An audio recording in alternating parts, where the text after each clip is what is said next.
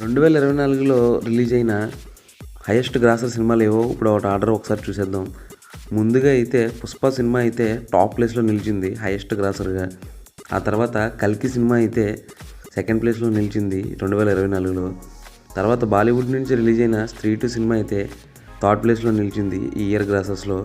ఆ తర్వాత ఎన్టీఆర్ గారు నటించిన బ్లాక్ బస్టర్ 'దేవర' ఫోర్త్ ప్లేస్‌లో నిలిచింది.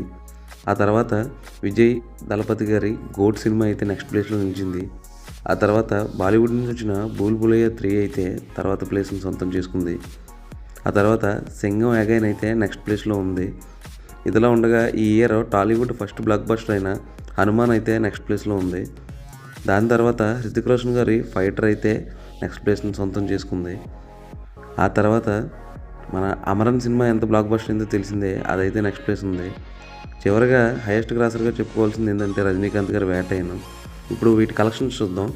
హైయెస్ట్ కలెక్షన్ చేసి టాప్ ప్లేస్లో నిలిచింది అయితే 1700 కోట్లు పైగా 'పుష్ప 2'. తర్వాత 1200 కోట్లు పైగా కలెక్ట్ చేసి 'కల్కి 2' అయితే సెకండ్ ప్లేస్లో నిలిచింది. 'స్త్రీ 2' అయితే 874 కోట్లు పైగా కలెక్ట్ చేసింది. ఎన్టీఆర్ నటించిన బ్లాక్ బస్టర్ 'దేవర' అయితే 521 కోట్లు కలెక్ట్ చేసింది.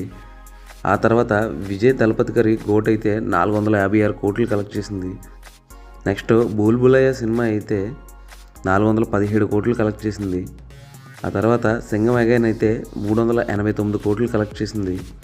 ఆ తర్వాత మన తొలి ఈ ఇయర్లో ఫస్ట్ బ్లాక్ బస్టర్ అయిన 'హనుమాన్' అయితే 350 కోట్లు కలెక్ట్ చేసింది. నెక్స్ట్ 'హృతిక్ రోషన్' గారి 'ఫైటర్' వచ్చేసి 344 కోట్లు కలెక్ట్ చేసింది. 'అమరన్' 335 కోట్లు ఈ ఇయర్లో హైయెస్ట్ గ్రాసర్గా అయితే నిలిచింది. చివరిగా మన తలైవా రజనీకాంత్ గారి 'వేటైన్' అయితే 250 కోట్లు. 2024లో హైయెస్ట్ గ్రాసర్ సంబంధించిన ఇండియన్ సినిమాలు అని చెప్పుకోవచ్చు. చూద్దాం 2025లో ఈ రికార్డులన్నీ బ్రేక్ అవుతాయేమో అని చెప్పేసి. మరిన్ని ఇలాంటి అప్డేట్స్ కోసం సబ్స్క్రైబ్ చేసుకోండి.